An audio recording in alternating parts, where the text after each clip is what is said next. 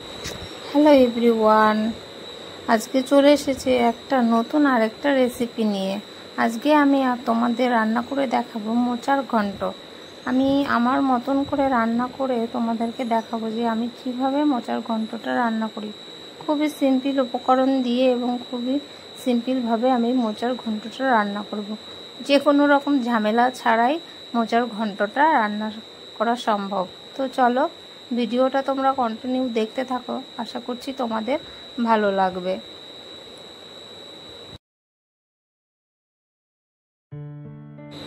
প্রথমে কলার মোচাটাকে এইভাবে ভালো করে ছাড়িয়ে নিতে হবে।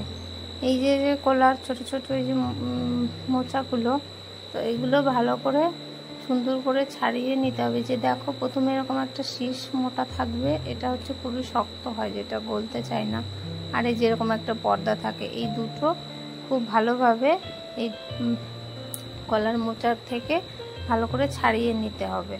তো এই যে দেখো, দেখতেই পাচ্ছ আমি এগুলোকে ভালো করে সুন্দরভাবে ছাড়িয়ে নিচ্ছি। আর এই যে আমি এইখানে মোট দুটো কলার মোচা ছাড়িয়ে নেব। তো এইভাবেই আস্তে আস্তে কলার মোচাটাকে ছাড়িয়ে নিতে হবে।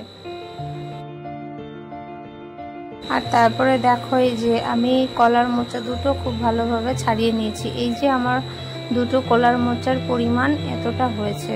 তো তোমাদের যদি একটা নেওয়ার ইচ্ছা হয় তো তোমরা একটাও নিয়ে রান্না করতে পারো। তো আমাদের যেহেতু দুটো রান্না করেছি, আমাদের লোক বেশি, ওই জন্য আমি দুটো রান্না করেছি। তো তারপর দেখো এই যে কলার মোচাগুলোকে এরকমভাবে ছোট ছোট কুচি কুচি করে নিতে হবে। এই যে দেখো সম্পূর্ণ কলার মোচাটা আমার কাটা হয়ে গেছে। এইভাবে ছোট ছোট কুচি করে নিয়ে তারপরে এটাকে তোমরা একটু সেদ্ধ করে নেবে। একটু লবণ একটু হলুদ দিয়ে ভালোভাবে একটু সেদ্ধ করে নেবে, তাহলে কি হবে মোচাটা সেদ্ধ হয়ে যাবে এবং নরম হয়ে যাবে। তারপর দেখো এর মধ্যে কিছু আদা, রসুন, পেঁয়াজ, কাঁচা লঙ্কা আর কয়েকটা জিরে এর মধ্যে দিয়ে দেব। তো এই ইনগ্রিডিয়েন্টসগুলোকে খুব ভালোভাবে পেস্ট করে নিতে হবে। এইগুলোকে খুব সুন্দরভাবে মিক্সিং করে পেস্ট করে নিতে হবে।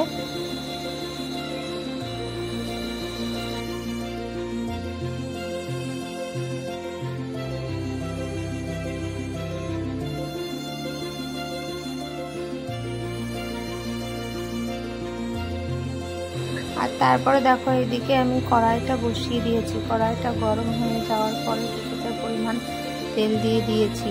তেলটা একটু গরম হওয়ার পরে আমি প্রথমে কলার মোচাটাকে ভেজে নেব।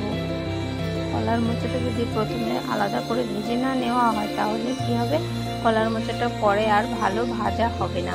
ওই জন্য প্রথমে কলার মোচাটাকে আমি ভালো করে সুন্দর করে ভেজে নেব।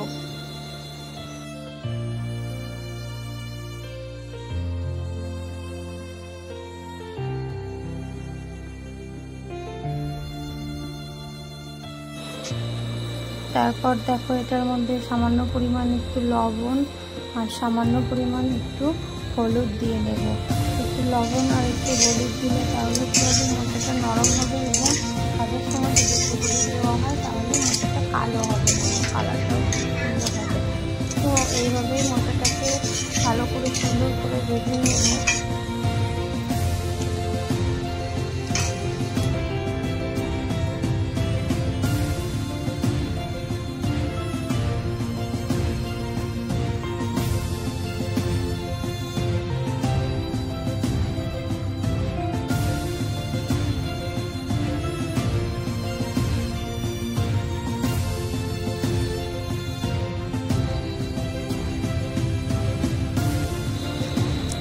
ফোড়নটা কিছুক্ষণ নেড়ে চেড়ে নিয়ে তারপরে এই যে আলুগুলোকে ছোটো ছোটো ডুমো ডুমো করে কেটে নিয়েছি।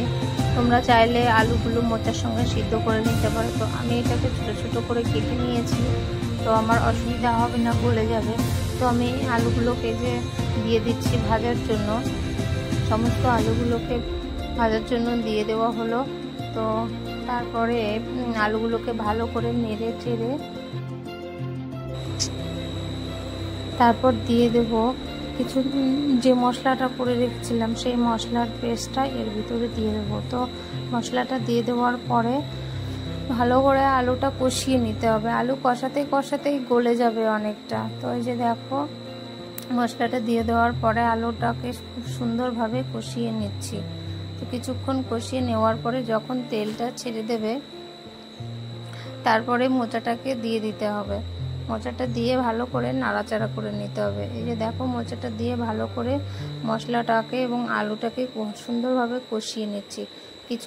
কিছুটা পরিমাণ মোচাটাকে কষিয়ে নিতে হবে। কষিয়ে নেওয়ার পরে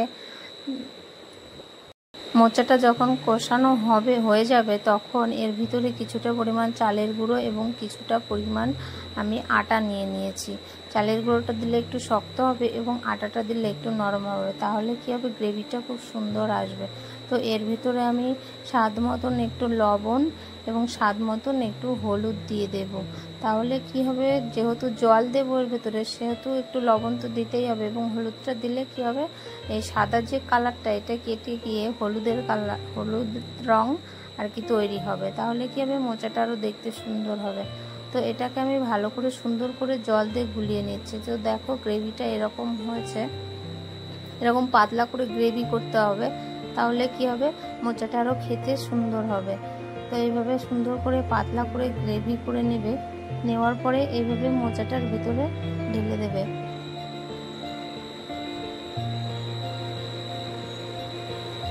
তারপর মোচাটাকে খুব সুন্দরভাবে নেড়ে চেড়ে নিতে হবে।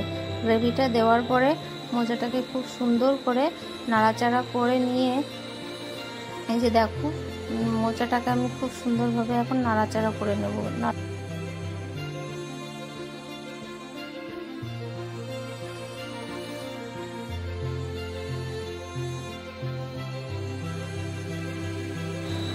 তারপর মোচাটা শুকিয়ে গেলে এর ভিতরে কিছুটা পরিমাণ চিনি আমি অ্যাড করব।